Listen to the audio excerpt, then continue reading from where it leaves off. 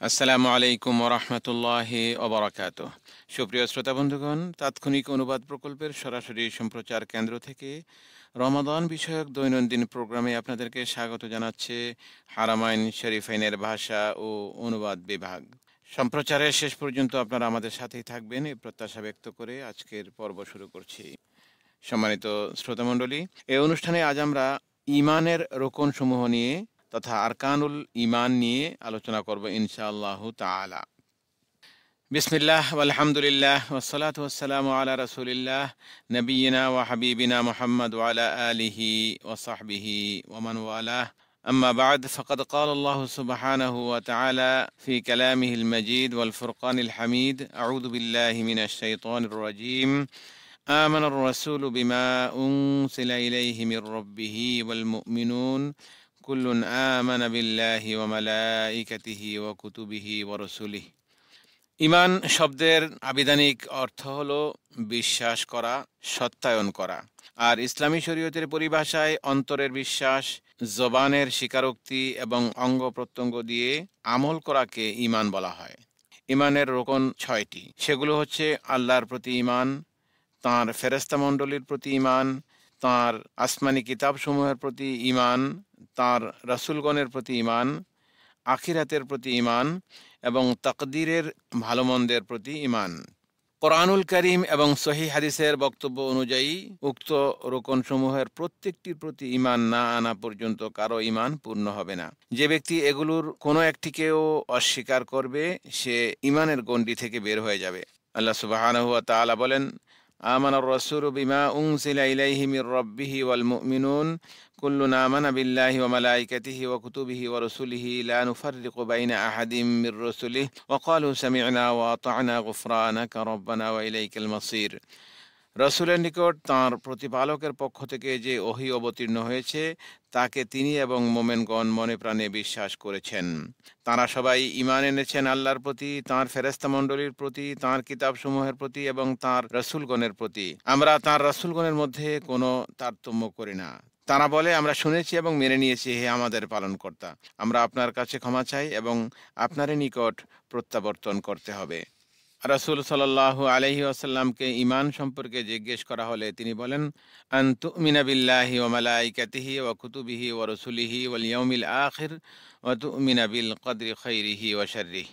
ঈমান হচ্ছে আল্লাহর প্রতি, তাঁর ফেরেশতা মণ্ডলীর প্রতি, তাঁর কিতাবসমূহের প্রতি, তাঁর রাসূলগণের প্রতি এবং তাকদীরের ভালো মন্দের প্রতি বিশ্বাস স্থাপন করা। মুসলিম শরীফে হাদিসটি বর্ণিত হয়েছে। ঈমান বিল্লাহ অর্থাৎ আল্লাহর প্রতি ঈমান এর অর্থ হলো অন্তর দিয়ে আল্লাহর উপর এ দৃঢ় বিশ্বাস পোষণ করা যে তিনিই প্রত্যেক জিনিসের একমাত্র রব ও মালিক। তিনি সর্বোত্তম ও পরিপূর্ণ গুণাবলীর দ্বারা গুণান্বিত এবং প্রত্যেক দোষ ত্রুটি থেকে পবিত্র ও মুক্ত। সেই সাথে আরও বিশ্বাস করা যে একমাত্র তিনিই বান্দার ইবাদতের হকদার, এতে তার কোনো শরিক নেই। সাথে সাথে ইলম ও আমলের মাধ্যমে এর উপরই প্রতিষ্ঠিত থাকা হচ্ছে ঈমান।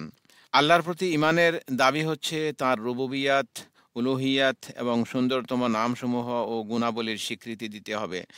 ফেরেশতা মণ্ডলীর প্রতি ঈমান আনার অর্থ হচ্ছে তাদের বিদ্যমানতা এবং নানাবিধ কর্মকাণ্ড সম্পর্কে বিশ্বাস পোষণ করা। কিতাবসমূহের প্রতি ঈমান আনার অর্থ হচ্ছে এ বিশ্বাস করতে হবে যে আল্লাহ তাঁর রাসূলগণের উপর আসমানি কিতাবসমূহ অবতীর্ণ করেছেন, যেমন তাওরাত, ইনজিল, জবুর, সুহফে ইব্রাহিম এবং আল কোরআনুল করিম।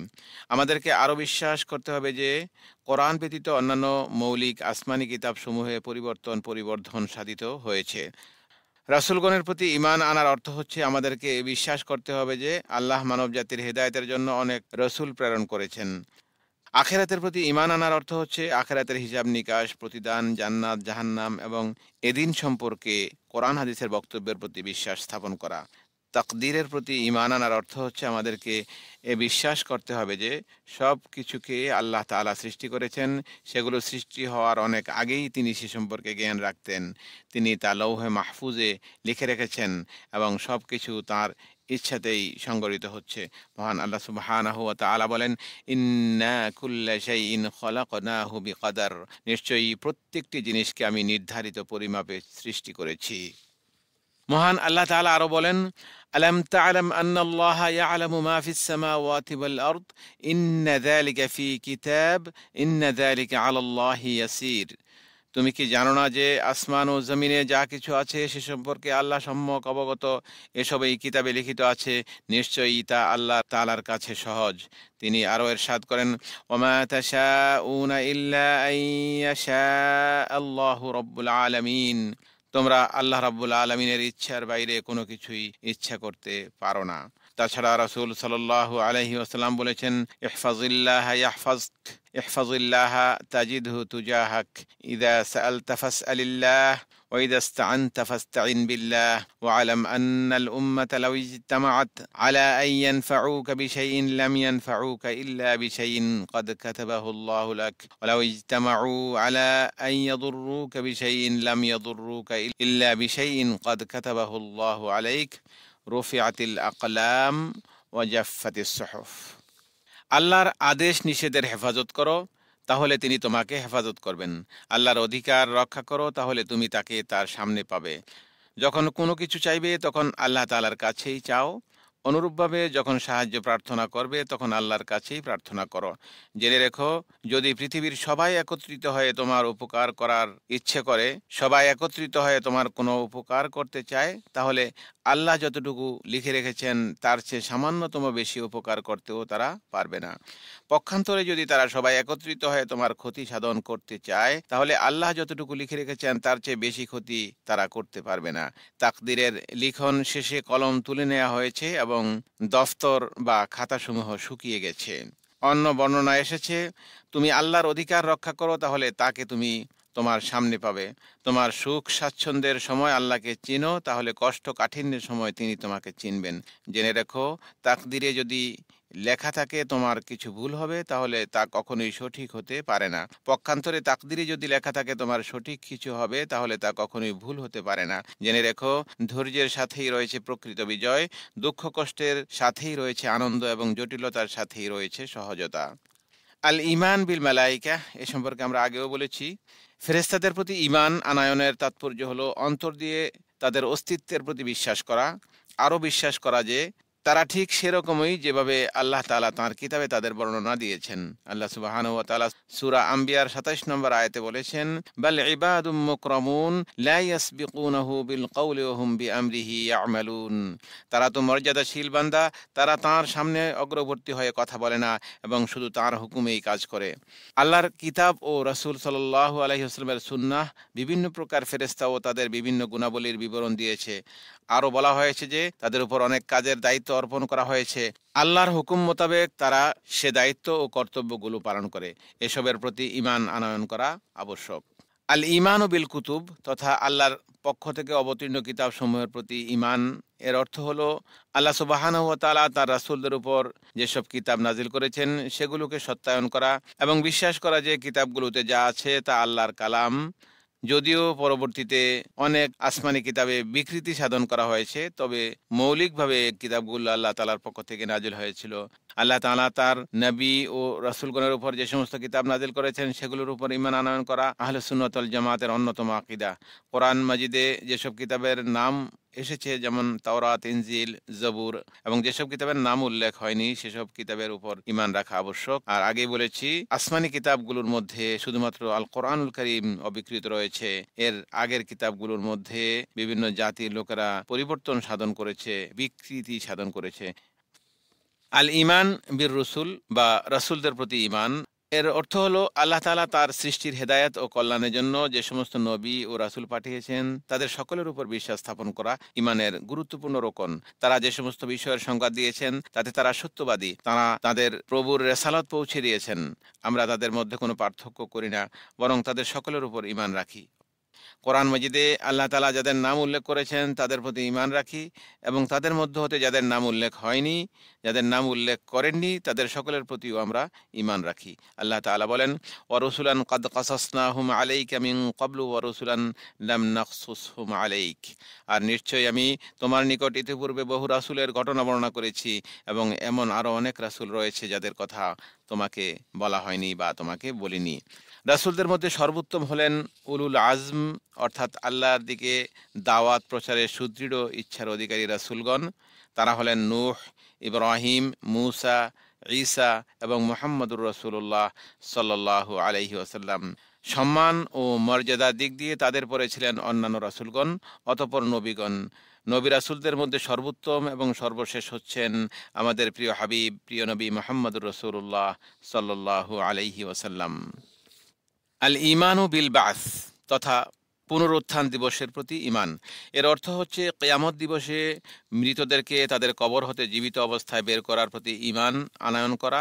কবর হতে জীবিত অবস্থায় বের করার উদ্দেশ্য হচ্ছে কিয়ামতের দিন আল্লাহ তাআলা মানুষের মধ্যে বিচার ফায়সালা করবেন এবং আল্লাহ সুবহানাহু ওয়া তাআলা তাঁর কিতাবে এবং রাসূল সাল্লাল্লাহু আলাইহি ওয়াসাল্লাম তাঁর পবিত্র সুন্নাতে আমল অনুযায়ী তাদেরকে যে পদ্ধতিতে বিনিময় দেওয়ার বর্ণনা দিয়েছেন, ঠিক সেভাবেই তাদেরকে বিনিময় প্রদান করবেন, এ বিশ্বাস রাখতে হবে। আল ঈমান বিল কদরি খাইরিহি ওয়া শাররিহি, তাকদিরের ভালো ও মন্দের উপর ঈমান আনয়ন করার অর্থ হচ্ছে অন্তর দিয়ে এই দৃঢ় বিশ্বাস পোষণ করা যে আল্লাহ তাআলা মাখলুক সৃষ্টি করার আগেই সমস্ত বস্তুর তাকদির সমূহ এবং এর সময়কাল সম্পর্কে অবগত রয়েছেন। অতঃপর আল্লাহ তাআলা স্বীয় ইলম মোতাবেক তা লৌহে মাহফুজে লিখে রেখেছেন। সুতরাং ভালো মন্দ প্রত্যেক সৃষ্টি তার ইলম, তার নির্ধারণ এবং তার ইচ্ছা অনুপাতে হয়ে থাকে। তাই আল্লাহ তাআলা যা চান তা হয়, আর তিনি যা চান না তা হয় না। মা শা আল্লাহু কান ওয়া মা লাম ইয়াশা লাম ইয়াকুন। আল্লাহ যা চান তা হয়, আর তিনি যা চান না তা হয় না। তাকদিরকে ভালো ও মন্দ এ দুটি বিশেষণে বিশেষিত করা হয়েছে। তাকদিরের ভালো বিষয়গুলো তো সুস্পষ্ট। মানুষ ইহ ও পরকালে যেসব কল্যাণ অর্জন করবে তা আল্লাহ তাআলা পূর্ব থেকে অবগত আছেন এবং তিনি তা নির্ধারণ করেছেন। অনুরূপভাবে তাকদিরের মন্দ বিষয়গুলো আল্লাহ তাআলা তাঁর ইলমে আযালির অর্থাৎ চিরস্থায়ী ও অবিনশ্বর জ্ঞানের মাধ্যমে অবগত রয়েছেন। আল্লাহর যে সৃষ্টি অকল্যাণকর তার মধ্যে অকল্যাণ থাকতে পারে, কিন্তু অন্য দিক বিবেচনায় তাও কল্যাণকর। আল্লাহ তাআলা বলেন, যহারাল ফাসাদু ফিল বাররি ওয়াল বাহরি বিমা কাসাবাত আইদিন নাস লিয়ুযীকাহুম বা'দাল্লাযী আমিলু লাআল্লাহুম ইয়ারজিউন। মানুষের কৃতকর্মের দরুন জলে স্থলে বিপর্যয় দেখা দিয়েছে, যাতে তাদেরকে তাদের কিছু কৃতকর্মের স্বাদ আস্বাদন করা যায়, এর ফলে হয়তো তারা ফিরে আসবে। বিপদ আপদের যে অকল্যাণ রয়েছে তা তুলনামূলক ও আপেক্ষিক, অর্থাৎ একদিক থেকে অকল্যাণকর এবং অন্য দিক থেকে কল্যাণকর। সম্পূর্ণরূপে এবং প্রকৃতপক্ষে তা ক্ষতিকর নয়, কেননা অচিরেই এর ফলাফল ভালো হবে। ব্যভিচারী ও মদখোরকে শাস্তি দেওয়ার বিষয়টিকে উদাহরণস্বরূপ আমরা উল্লেখ করতে পারি। ব্যভিচারী অবিবাহিত হলে 100টি বেত্রাঘাত করা সহ 1 বছর পর্যন্ত দেশান্তর করতে হবে। কোনো সন্দেহ নেই যে এটি তার জন্য অত্যন্ত কষ্টকর, কিন্তু অন্যদিকে এটি তার জন্য কল্যাণকর। শাস্তি প্রয়োগ করার কারণে তার গুনার কাফারা হবে, এটি ভালো, কেননা দুনিয়ার শাস্তি আখিরাতের শাস্তির চেয়ে সহজতর। সুতরাং দুনিয়াতে শাস্তি ভোগ করা তার জন্য ভালো।